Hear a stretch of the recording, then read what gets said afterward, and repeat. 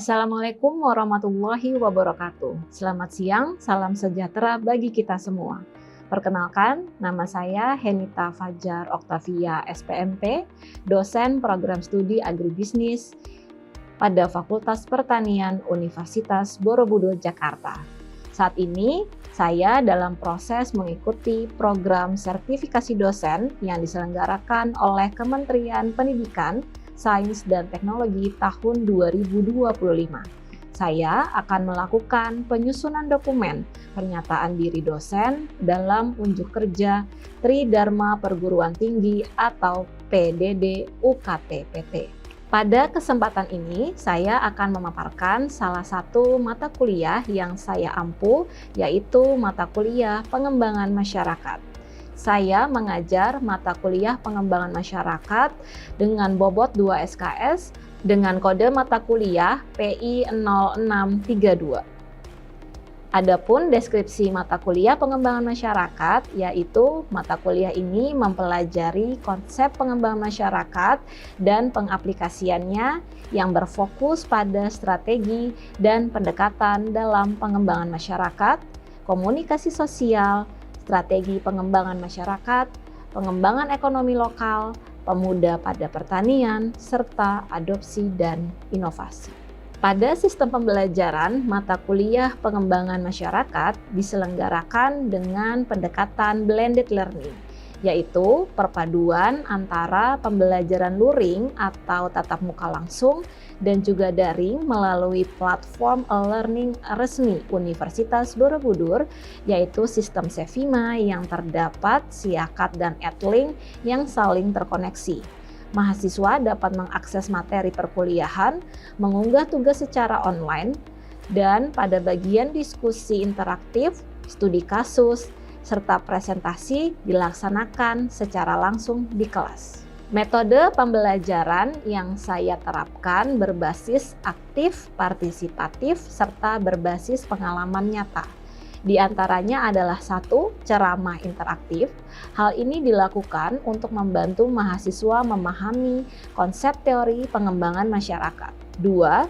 Diskusi kelompok membantu mendorong kolaborasi mahasiswa secara aktif dalam menelaah dan mencari solusi dari studi kasus yang diberikan.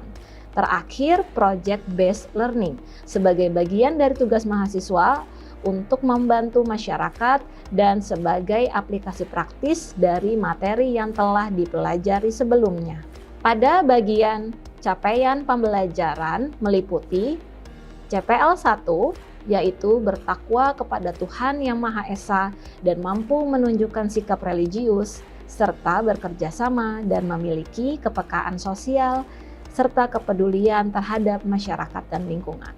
CPL 2, menguasai pengetahuan umum tentang konsep dan prinsip-prinsip pengembangan masyarakat sehingga mampu mengimplementasikan dalam dunia kerja dan mengetahui pengetahuan khusus yang meliputi gambaran umum pengembangan masyarakat serta hal-hal yang terjadi dalam pengembangan masyarakat. CPL 3, mampu menerapkan pemikiran logis, kritis, sistematis, dan inovatif dalam konteks pengembangan atau implementasi ilmu pengetahuan dan teknologi yang memperhatikan dan menerapkan nilai humaniora yang sesuai dengan bidang pertanian. CPL 4, mampu berkomunikasi dan bersosialisasi pada masyarakat, serta mampu mengidentifikasi dan penyelesaian permasalahan dalam memfasilitasi masyarakat pada sistem sosial, ekonomi, dan budaya. Untuk capaian pembelajaran pada mata kuliah pengembangan masyarakat yang diharapkan antara lain 1. Mahasiswa mampu menguasai, menerapkan, dan mengkaji peranan permasalahan pengembangan masyarakat, dan mahasiswa mampu menguasai, menerapkan, dan mengkaji sub-bidang bagian pengembangan masyarakat. Pada bagian media pembelajaran, mata kuliah pengembangan masyarakat adalah RPS atau Rencana Pembelajaran Studi, di mana materi perkuliahan dalam bentuk modul, PowerPoint, studi kasus, dan artikel.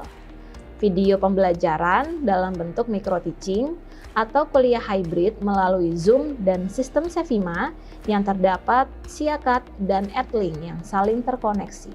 Adapun materi pembelajaran pada mata kuliah ini yaitu 1. Sejarah pengembangan masyarakat. 2. Asas-asas dan prinsip-prinsip pengembangan masyarakat. 3. Strategi dan pendekatan dalam pengembangan masyarakat. 4. Membangun komunikasi sosial dalam pengembangan masyarakat. 5. Komunikasi sebagai kunci pengembangan masyarakat.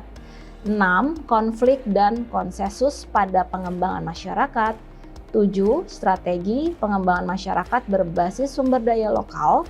8. Pengembangan ekonomi lokal yang inklusif. Pertemuan selanjutnya dengan materi pemuda di pertanian, fenomena depesentisasi, anak yang tidak meneruskan pekerjaan orang tua, investasi oleh anak ke pertanian sangat minim, dan representation dan kedaulatan pangan, dilanjutkan dengan materi strategi petani untuk mencapai otonomi. Selanjutnya adalah strategi pertanian untuk pemuda, lalu proses adopsi dan difusi inovasi, dan terakhir adalah peranan sumber daya manusia dalam pengembangan pertanian. Pada bagian kriteria penilaian, guna menentukan nilai evaluasi akhir akan digunakan pembobotan sebagai berikut, yaitu kehadiran 10%, tugas individu 5%, proyek 10%, tugas kelompok 5%, UTS 30%, dan UAS 40%. Penilaian dilakukan berdasarkan indikator seperti ketepatan dan penguasaan materi, partisipasi aktif, dan kemampuan analisis mahasiswa. Penilaian dilakukan dengan menggunakan kriteria sebagai berikut. Huruf A dengan nilai numerik 80 sampai dengan 100 predikat istimewa, nilai huruf B nilai numerik 65 sampai dengan 79 predikat baik, nilai huruf C nilai numerik 55 sampai dengan 64 predikat sedang, nilai huruf D dengan nilai numerik 45 sampai dengan 54 predikat kurang, dan nilai huruf E dengan nilai numerik 0 sampai dengan 44 predikat gagal. Tahapan berikutnya adalah mari kita simak video pembelajaran mata kuliah pengembangan masyarakat. Assalamualaikum warahmatullahi wabarakatuh, teman-teman. Ya, selamat siang. Oke, selamat datang di mata kuliah pengembangan masyarakat ya teman-teman hari ini.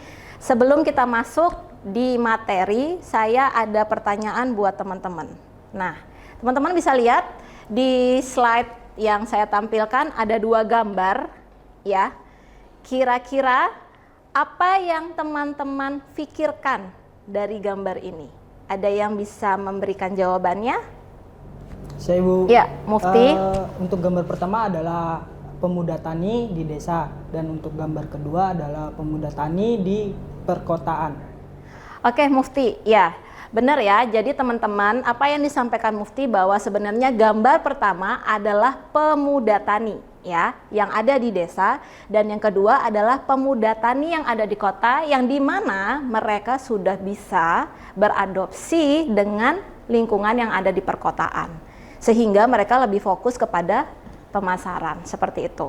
Hal ini sesuai dengan materi modul yang akan kita pelajari, yaitu di mana kita masuk ke pertemuan 10, modul 10, terkait pemuda di pertanian dan fenomena depesentisasi ya.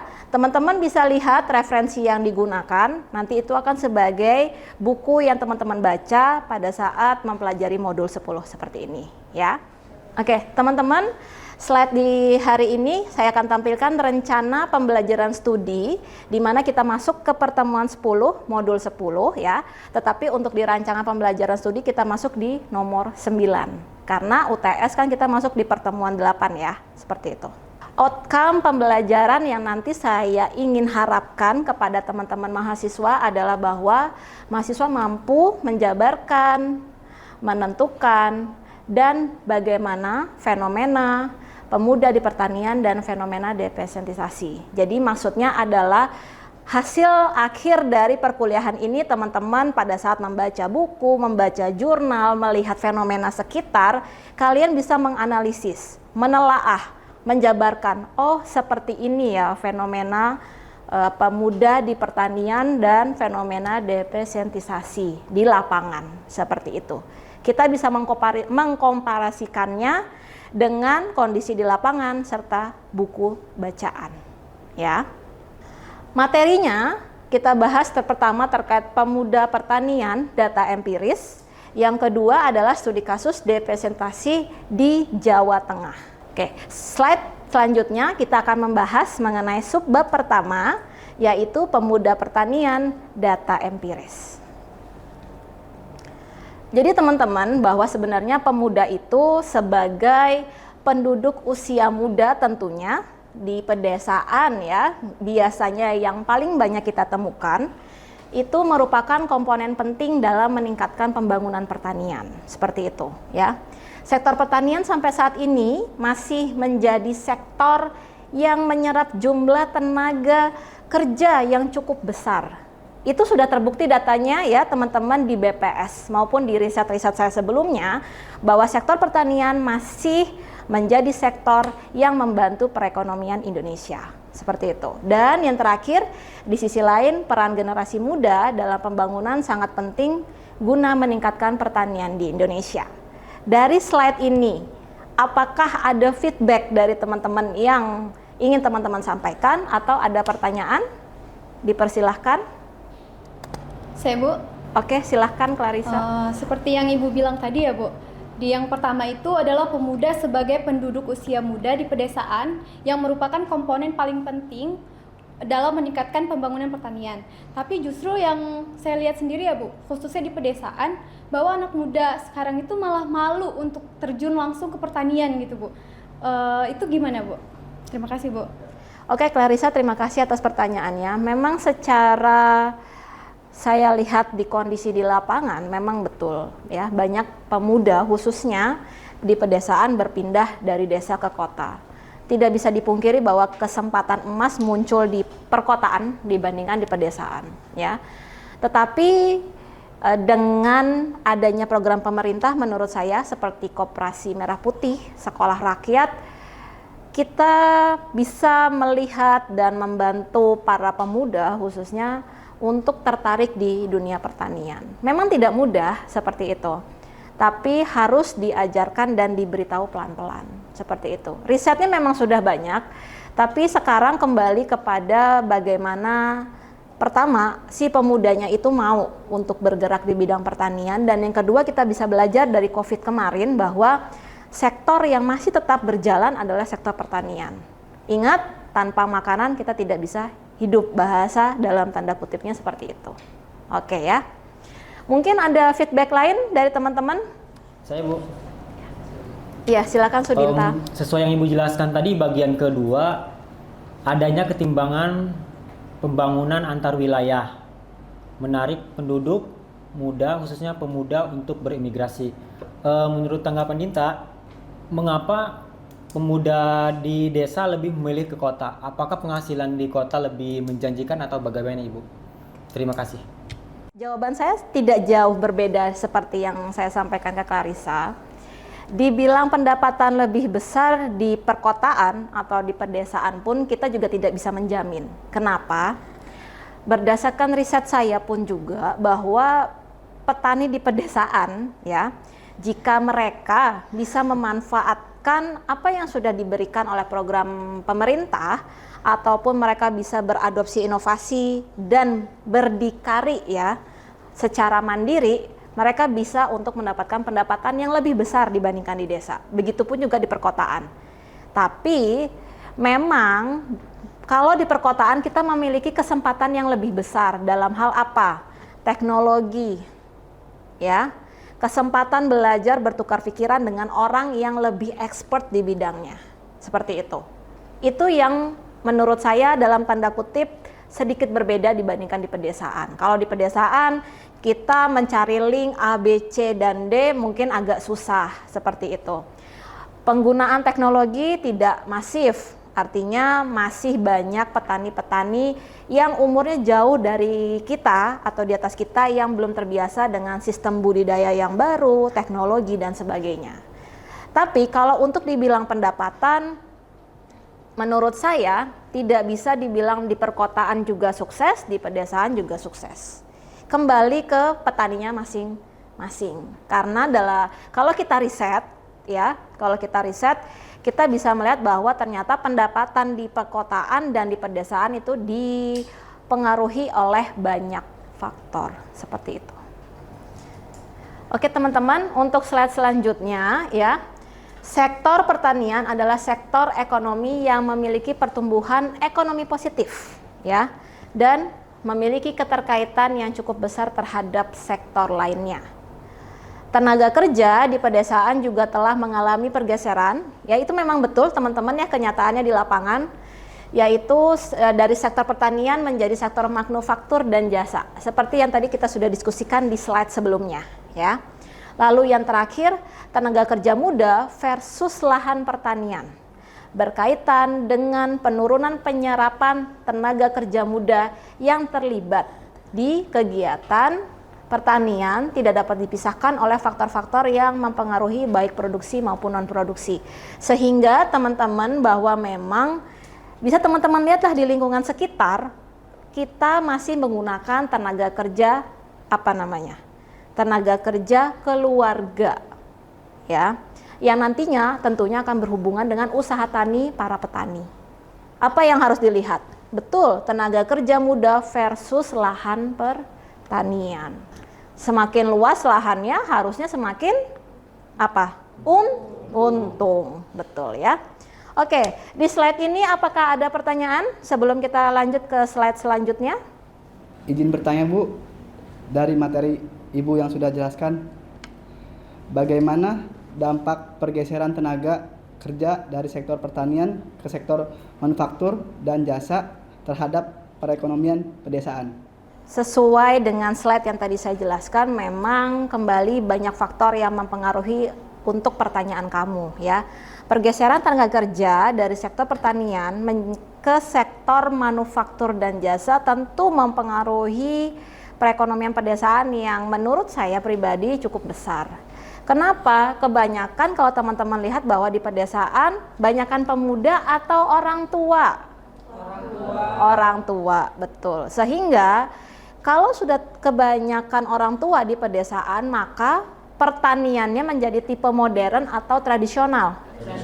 Tradisional, betul ya. Sehingga untuk adopsi inovasi teknologi, sistem budidaya, sistem pasca panen, pengolahan menjadi lebih sulit atau mudah? Lebih sulit, betul ya. Sehingga Panca, regenerasi petani itu menjadi penting ya, walaupun itu ada di pedesaan atau di perkotaan. Tapi karena fokus kamu adalah di ekonomi pedesaan, tetap regenerasi menjadi hal yang utama, dan itu sudah menjadi program pemerintah ya, dan banyak program-program lainnya yang mendukung untuk menarik anak muda. Ya seperti kalian kan akhirnya juga berkuliah di Fakultas Pertanian seperti itu, dan nantinya akan mengembangkan pertanian di tempat kalian masing-masing seperti itu ya. Oke, kita lanjut ke slide berikutnya. Kita masuk ke subbab 2, yaitu studi kasus desensitisasi di Jawa Tengah. Jadi teman-teman, berbagai konsep desensitisasi ini mengarahkan pada berkurangnya jumlah petani. Saya garis bawahi ya, berkurangnya jumlah petani dan terjadinya pergeseran tenaga kerja dari pertanian ke non-pertanian, serta semakin sedikitnya lahan dan kontribusi pertanian dalam pembangunan suatu bangsa. Ya, depersonalization kemudian mengarah pada ancaman keberlangsungan petani keluarga skala kecil yang ditandai dengan berkurangnya minat pemuda kembali ke pertanian. Sebelum kita lanjut ke slide berikutnya, ada feedback atau pertanyaan yang ingin disampaikan? Saya Bu. Silakan Asara. Saya sendiri setuju dengan pendapat Kak Panca bahwa pertanian itu penting. Tapi sekarang banyak pemuda pindah ke pekerjaan lain karena pertanian dianggap kurang menjanjikan.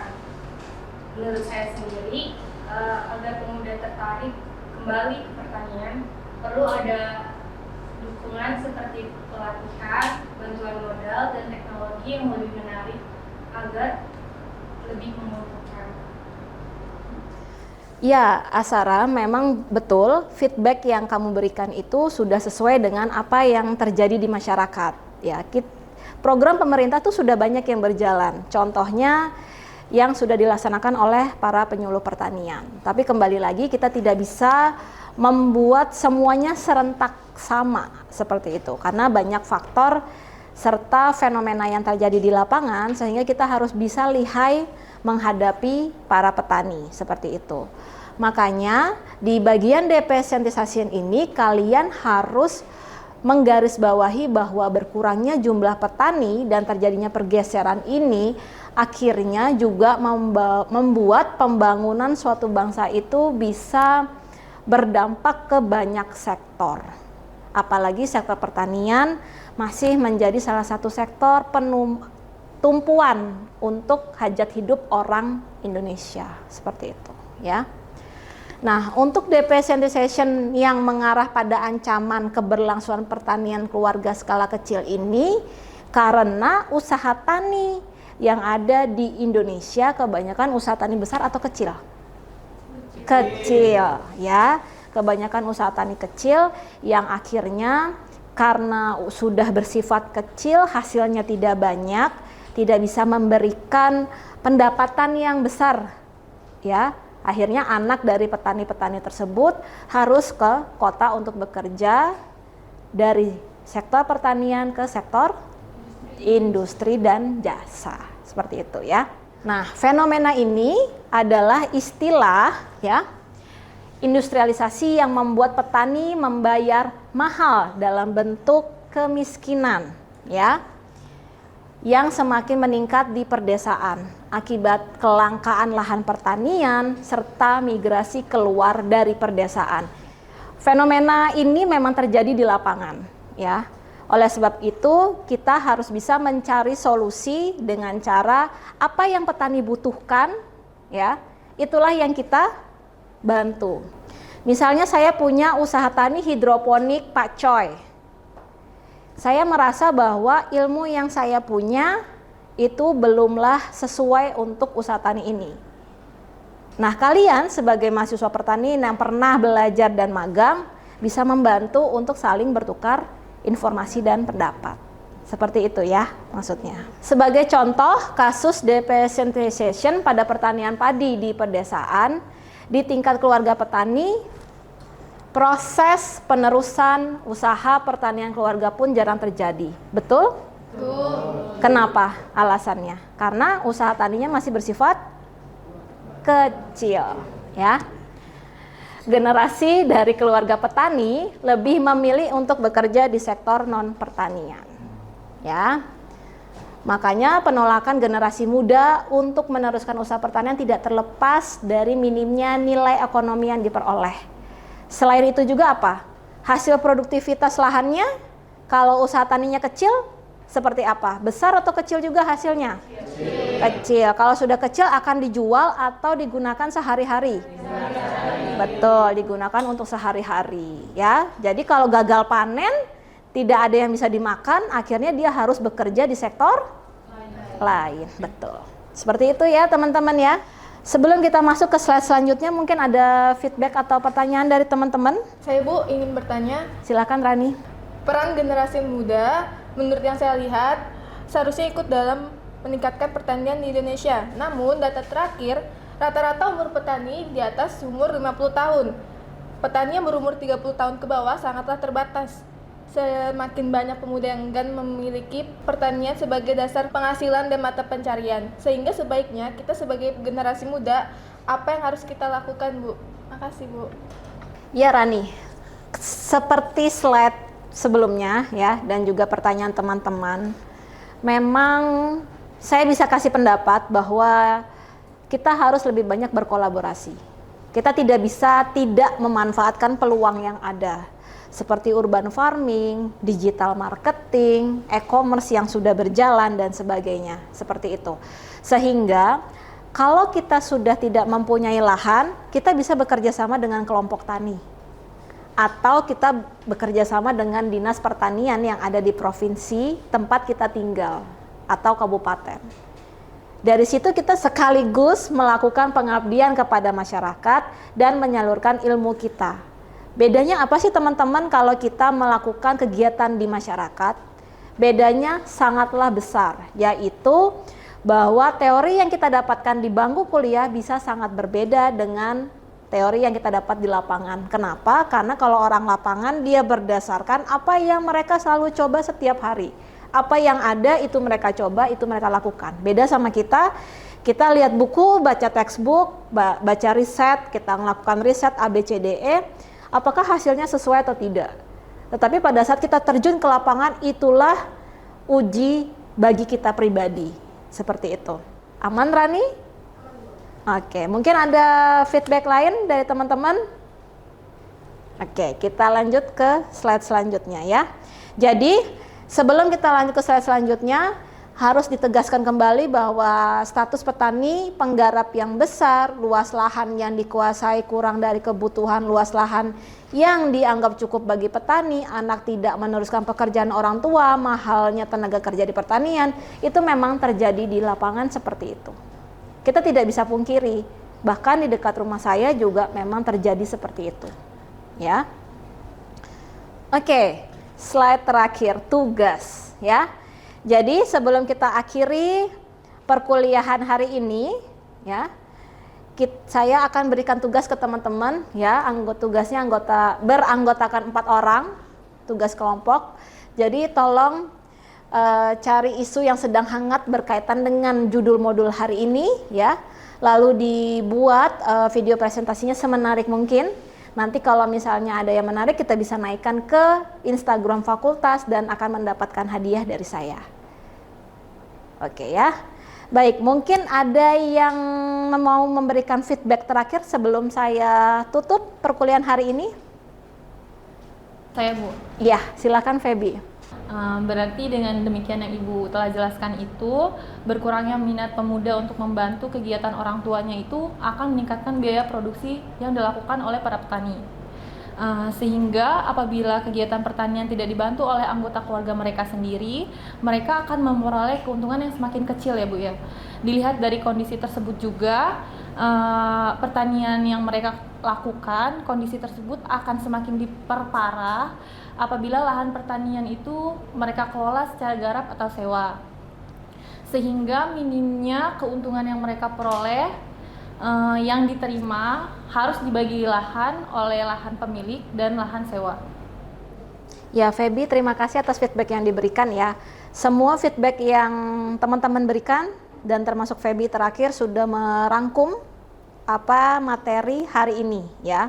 Dan sekali lagi saya tegaskan bahwa memang ya kita tidak bisa menyamakan petani A dan petani B.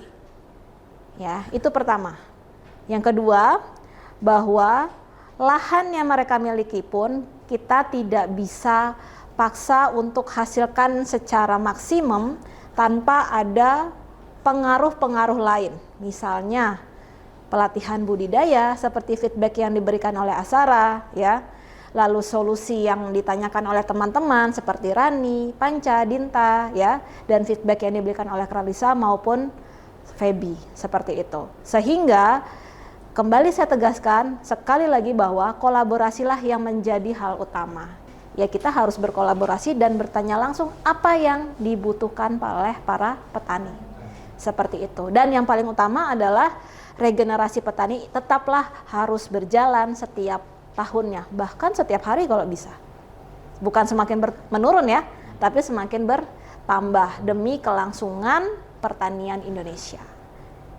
Jika tidak ada pertanyaan, terima kasih banyak teman-teman untuk hari ini. Sampai jumpa minggu depan. Wassalamualaikum warahmatullahi wabarakatuh. Waalaikumsalam warahmatullahi wabarakatuh. Demikian video rekaman pembelajaran pada mata kuliah pengembangan masyarakat pada program studi Agribisnis Fakultas Pertanian Universitas Borobudur, Jakarta. Semoga dapat menjadi pertimbangan baik dalam proses pengajuan sertifikasi dosen tahun 2025. Terima kasih. Wassalamualaikum warahmatullahi wabarakatuh.